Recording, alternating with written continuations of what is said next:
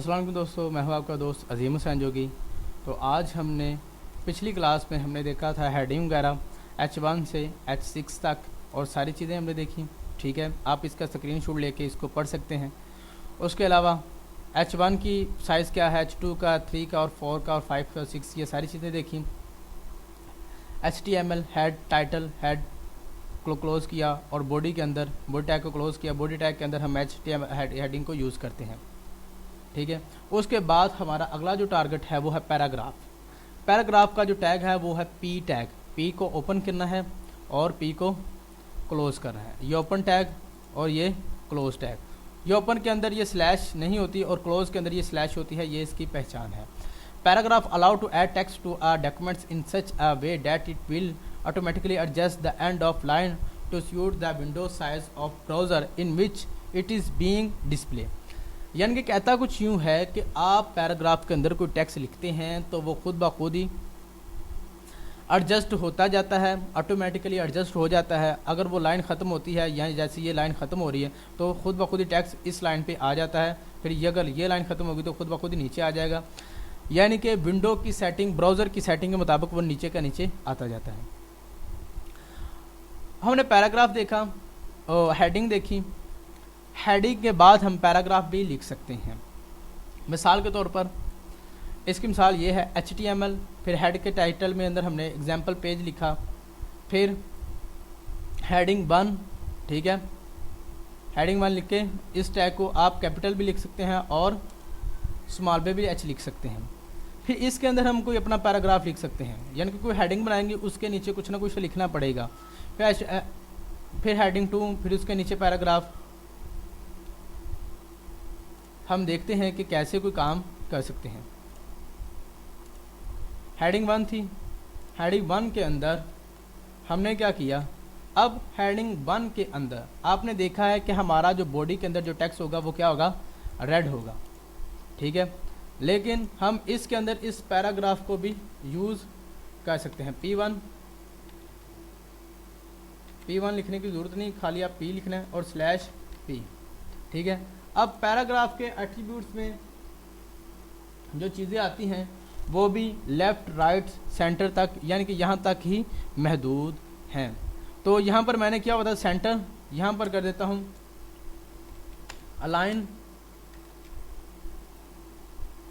Align left. यानी कि ये देखें, पहले हेडिंग को मैंने किया हुआ है सेंटर में, फिर उसके अंदर अगर पैराग्राफ लिखता हूँ तो पैराग्राफ को मैंने कर दिया है लेफ़्ट, Ctrl+S,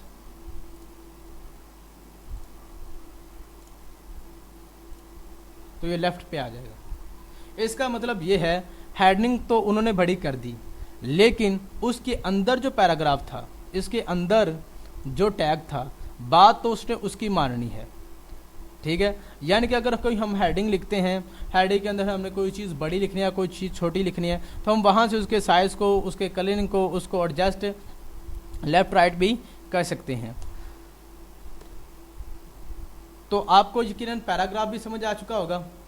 उसके अलावा आप HTML के टैग के अलावा भी, यानी कि हेडिंग के टैग के अलावा भी पैराग्राफ को यूज़ कर सकते हैं। पैराग्राफ दरअसल न्यू लाइन के लिए भी यूज़ कर सकते हैं इसको, यानी कि एक नया पैराग्राफ लेने के लिए P का टैग लगा सकते हैं। तो उसके अलावा न्यू लाइन लगाने के लिए भी इस्तेमाल कर सकते हैं और बहुत सी चीज़ों के लिए भी इसको इस्तेमाल करते हैं। पैराग्राफ बहुत ही अहम है। इसकी देखते हैं वो पैराग्राफ दरअसल है क्या। वो कहता है paragraph are use to add text to document such a way that is will automatically adjust. वही बात, यानी कि इसमें अगर हम एक से ज़्यादा डाटा आ जाए तो उसको ऑटोमेटिकली तौर पर एडजस्ट, जैसे वर्ड के डॉक्यूमेंट्स होते हैं उनको एडजस्ट करने के लिए इस्तेमाल करते हैं। फिर उसके बाद इसमें आती है break BR। Line break allow you to decide where the text will break on a line or continue to the end of the window। हम कोई टेक्स्ट लिखते हैं, अब पैराग्राफ को हम मिटा देते हैं। अब पैराग्राफ हमने इसको ही